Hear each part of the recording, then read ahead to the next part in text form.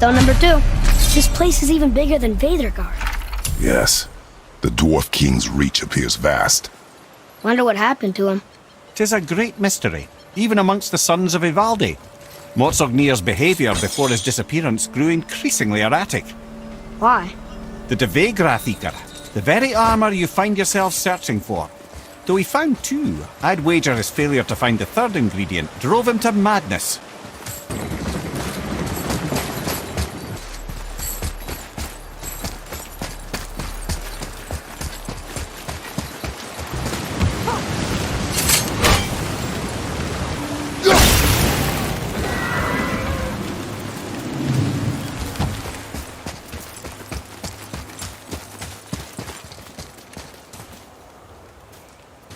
Still won't open?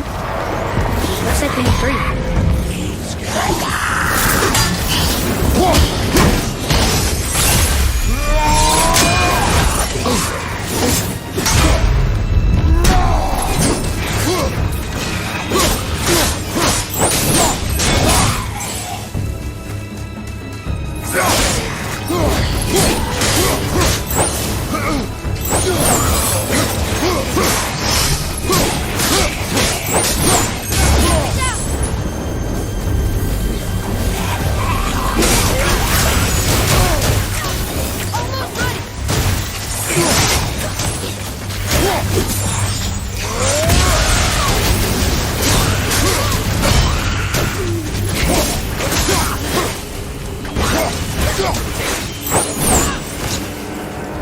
The enemies are strong here.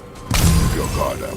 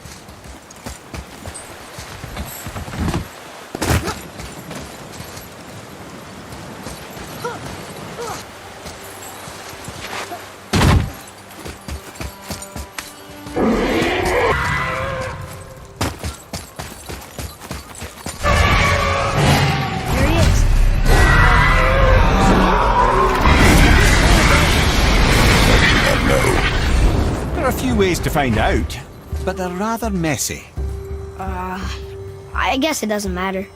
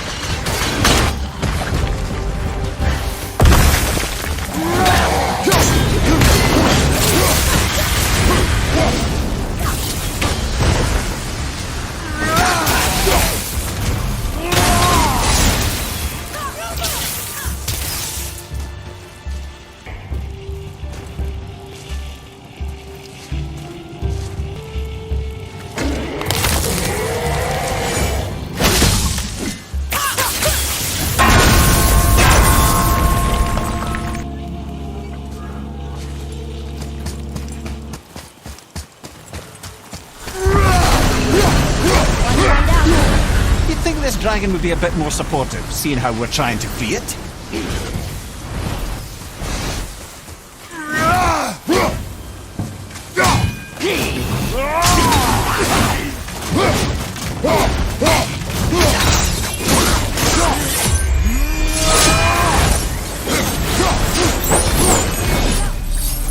You enjoy freeing them.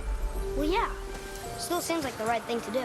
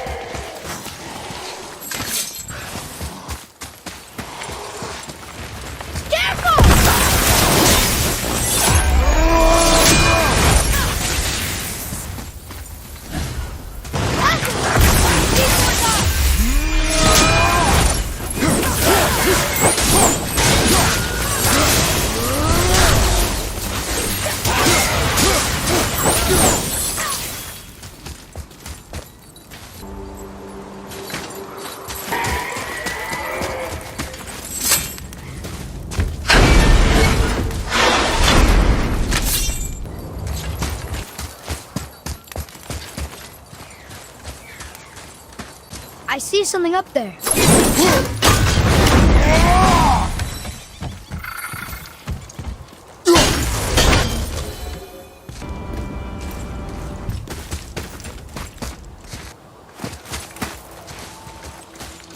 Boy, Yes, sir. Okay. That's going in the journal.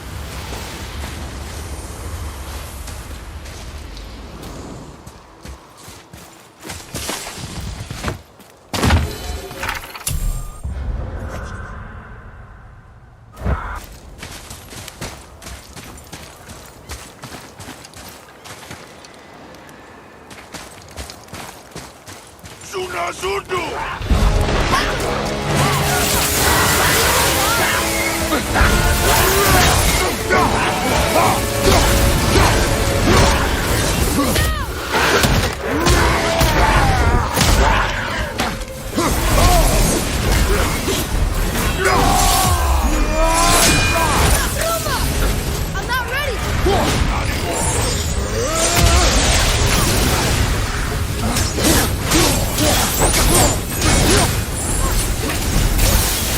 That looked like it hurt! Look out!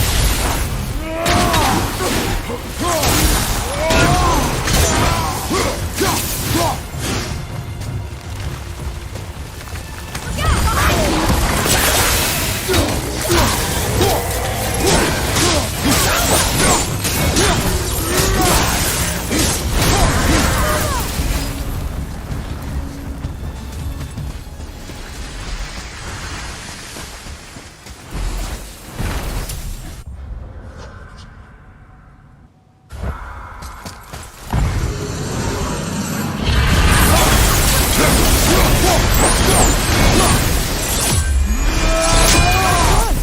Let's go free. fine. Mimir, why did the dwarf thing want this armor so badly? What's so special about it? There are many legends behind the Dvegraf. A suspicious amount of legends, which makes confirming anything about this particular armour difficult. But the one constant among them is the ability of the armour to offer ultimate protection. A useful attribute for an unpopular king, you see. Yet this plagued land is all that remains of him. This is why you do not trust legends, boy. Well, what can you trust? Yourself, your eyes, your instincts. Blind trust in a legend is a gamble, and rarely does it pay off. If you say so.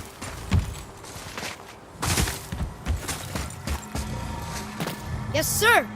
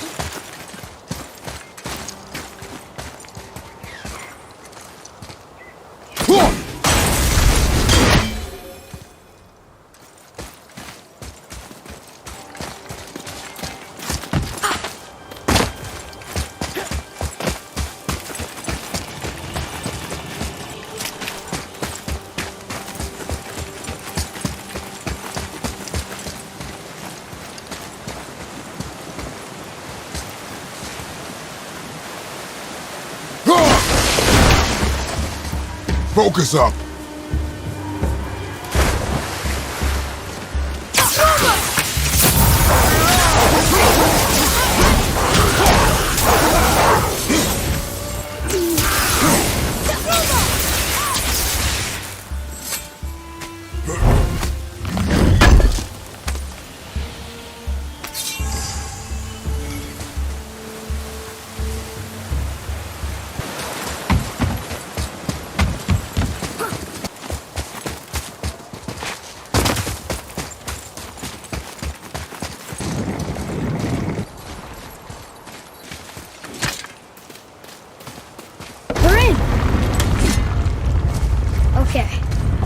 we go.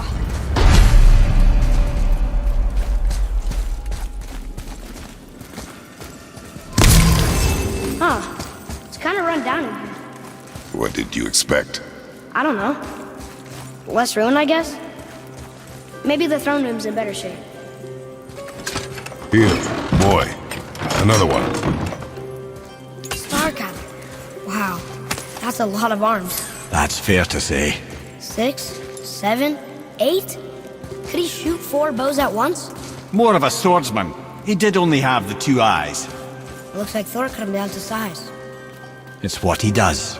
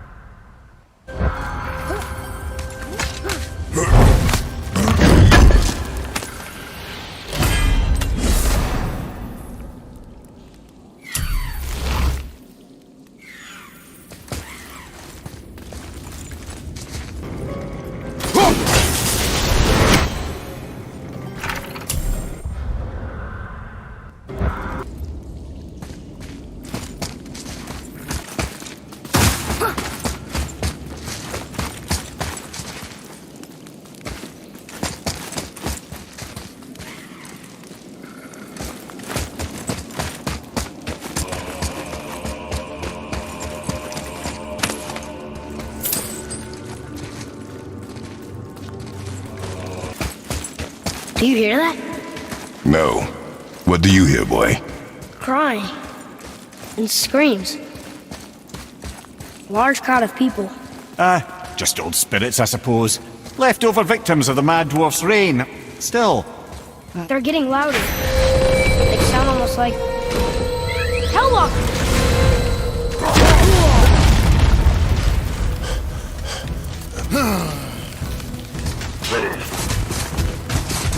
Behind you! Right now! Look out! Not ready!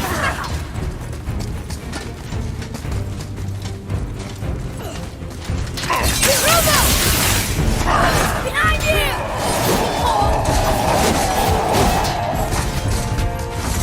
Behind you!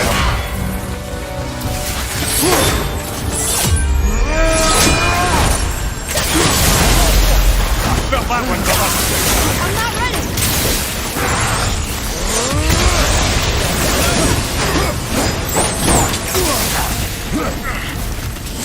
Behind you, watch out!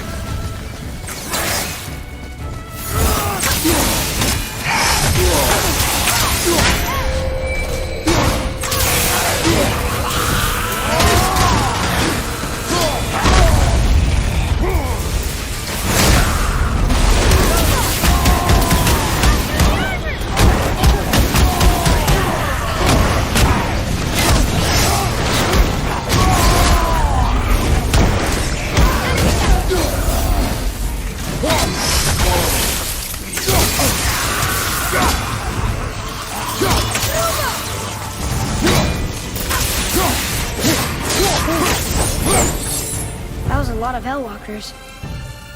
Hey, look at this. A blood trail.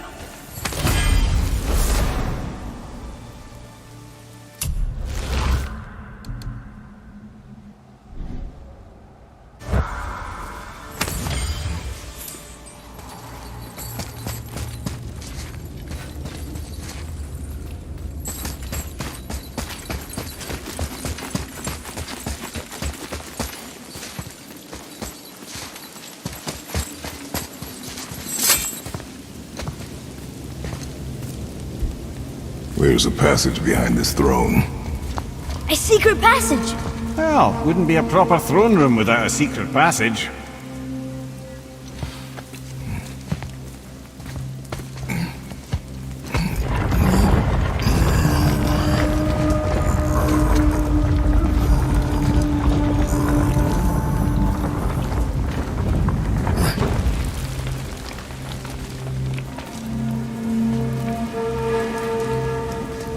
Moldsignir.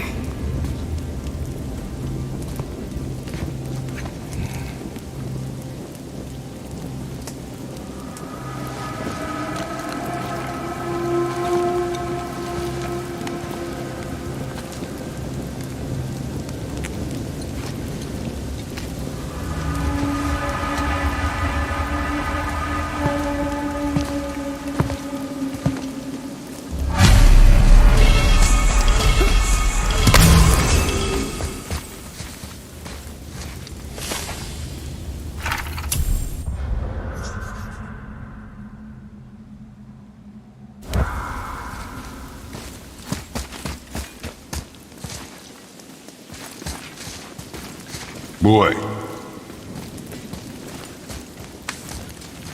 Wonder who wrote this.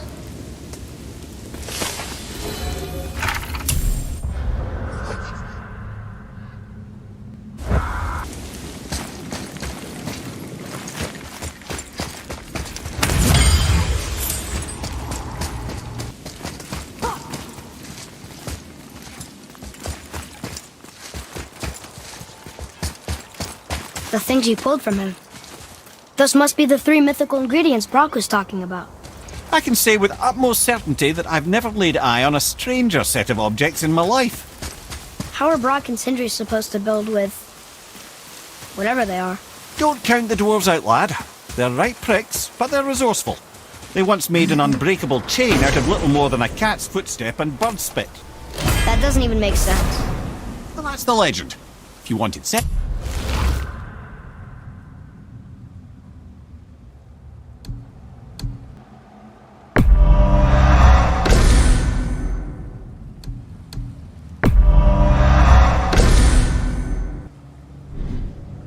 Hence, you shouldn't be talking to a severed head.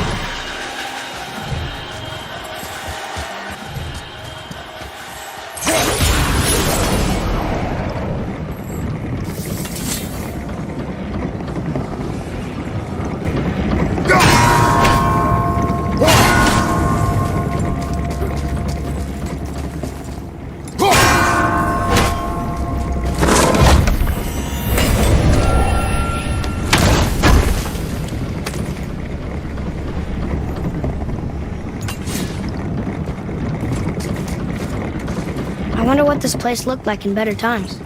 Konunsgard was a beautiful land in its heyday, before the Dwarf King's obsession poisoned his mind. How could he let that happen? the dwarf blindly trusted in the legend and pursued it without thought to the consequences. This is the result. Trust is a gamble. Like you said. And the Dwarf King lost.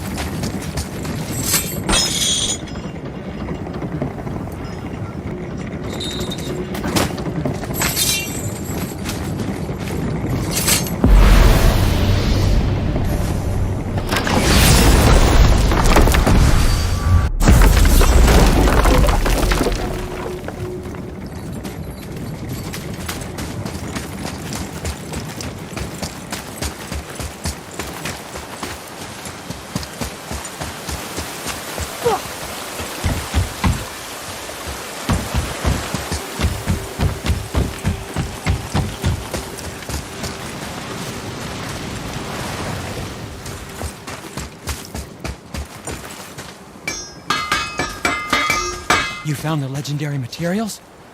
Incredible. Oh, this is so exciting. Meet me back at the temple and we'll get started right away.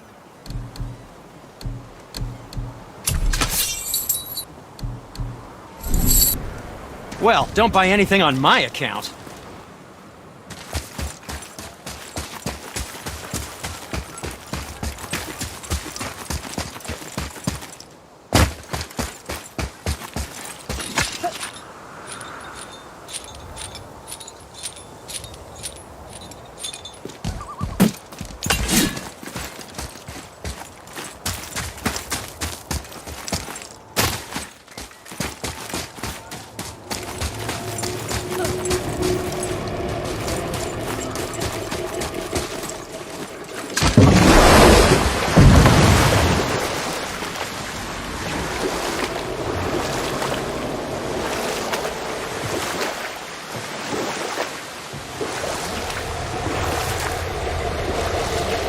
That dragon, that's Baldur's, isn't it?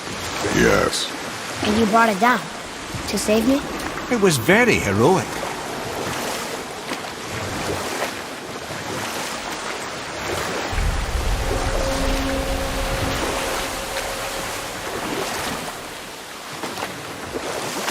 Mimir, is there a story for the giant with the flaming sword? Stuart the Brave. Of course. We've spoken so much of frost giants. It's about time we instead met the most fiery giant of all. Back when Ymir first emerged from Konunsgard, it was Stuart who followed next. He came from Muspelheim, the fire realm, bringing heat to the young cosmos, conjuring the sun from his primordial flame. Well, let's come back to that flaming sword, shall we? Stuart the Brave forged his sword of flame for one purpose alone: to burn down Asgard when Ragnarok comes at last. His destiny is to fall at the hands of Thor and Odin, but in so doing, strike the blow that leaves their realm in ash and ruin. And from that destruction, the world can be born anew. Until then, alone he waits in Muspelheim, never sleeping, ever honing his fiery blade. Brave, generous Stuart, who knows he lives but to his doom. All because he chooses to serve a grand cycle so much bigger than himself. To truly embrace your purpose and the patience and sacrifice it demands is to ensure your day will come. Do you think we'll be there when that day comes? I've seen enough of war between the gods, but you, little brother, who can say?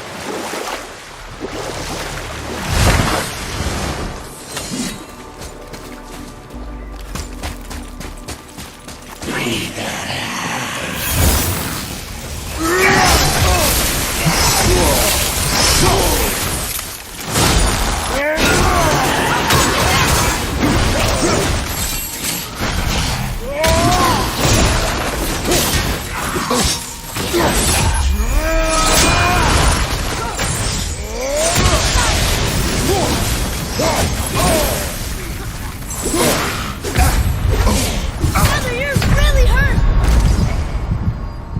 I'm coming to you! Up you go!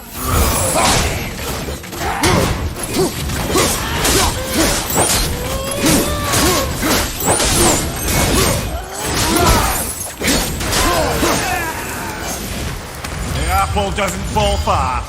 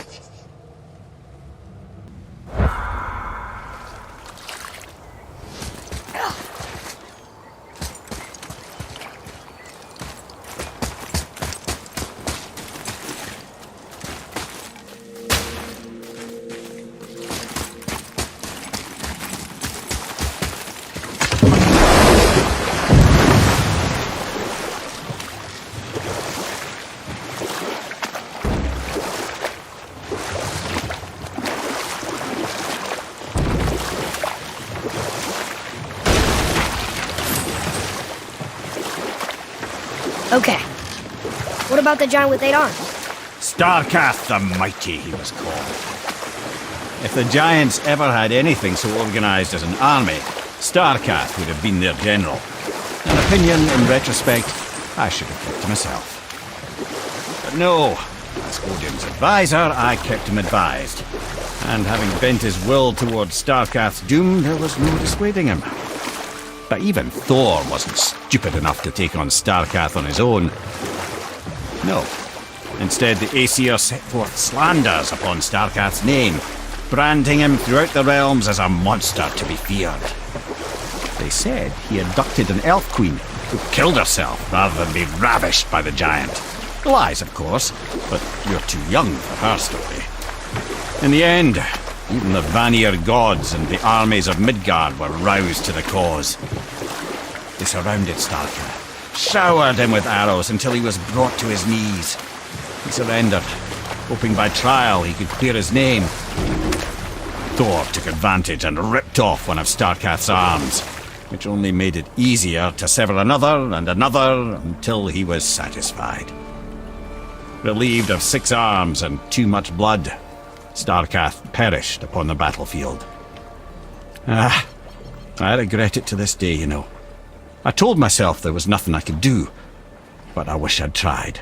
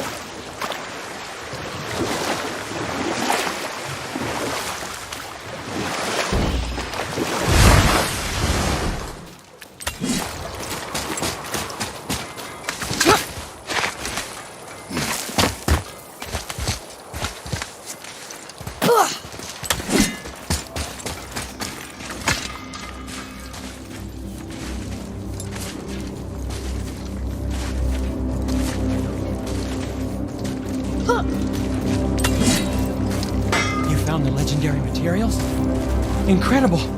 Oh, this is so exciting! Meet me back at the temple and we'll get started right away!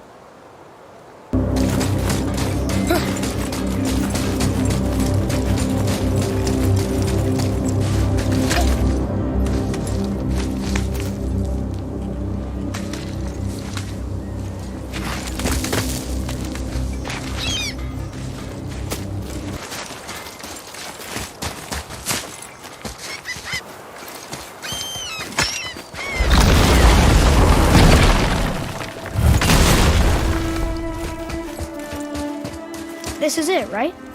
The rock stool? Aye, lad. The Council of Valkyries. The Valkyries are of Valhalla, are they not? Glad to see you're paying attention, brother. You are correct. Valhalla, the great hall of the Einherjar, is their home within Asgard. But while there, they are subject to the scrutiny of the All-Father himself. And relations between the Valkyries and Odin were tense during my tenure as his advisor. Why? Well, that's an even longer story, lad.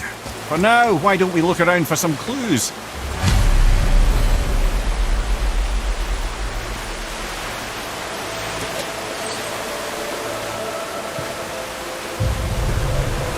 Whoa, you're back. Hello? I don't think she can hear you, lad. The helm must only retain but a small portion of their owner. I'd wager the rest is in transit to Valhalla to try and fix the mess left by their absence. Mimir, who is she? Gunnar, Mistress of War. After any conflict, big or small, she would be first on the scene, sussing out the worthy spirits for a free trip to Valhalla. A gruesome task, but she took great pride in it. Any conflict. Impossible. It's true. She had help from her sisters, of course, but Gunnar was always first to arrive. Her judgment of the fallen was unparalleled, and an invaluable resource to Odin. She was one of his favourites.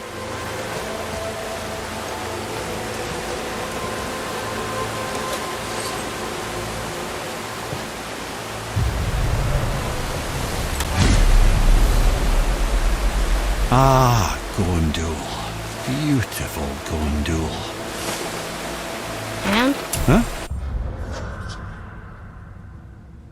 That's it?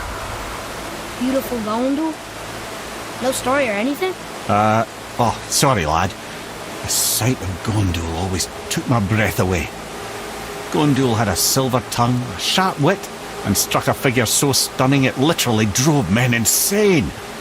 Odin forbid her from setting foot in Midgard after a time, as insanity is not a welcome trait in Valhalla.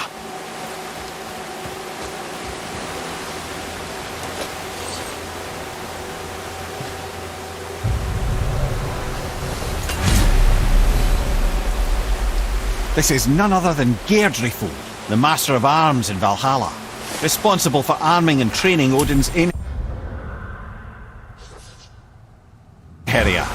His what?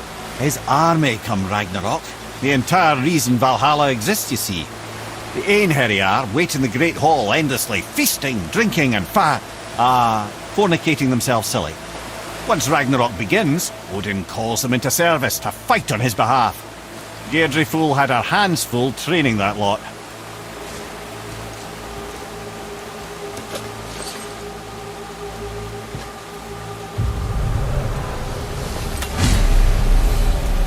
This, my friends, is Kara. Now, Valkyries are volatile by nature, but Kara, the lass is wild storm personified. A wild storm. Aye, calm and collected. Then the air would shift and the fury of her storm would unleash. It was beautiful in a way, assuming you could find proper shelter. Her tears would cleanse the blood-soaked battlefields.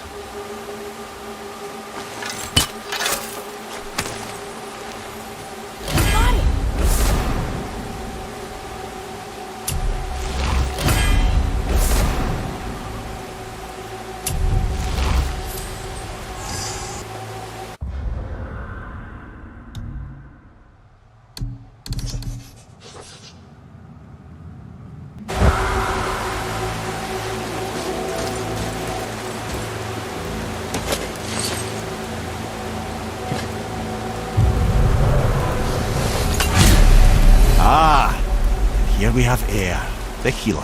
A Valkyrie healer? Strange. Eir was strange, as a matter of fact. Very quiet, very calm. Where her sisters were violent rapids, Eir was a gentle stream. She healed the wounds of both mortals and gods, and even a certain all-knowing sage who once drank too much and fell off a mountain. Not my proudest moment.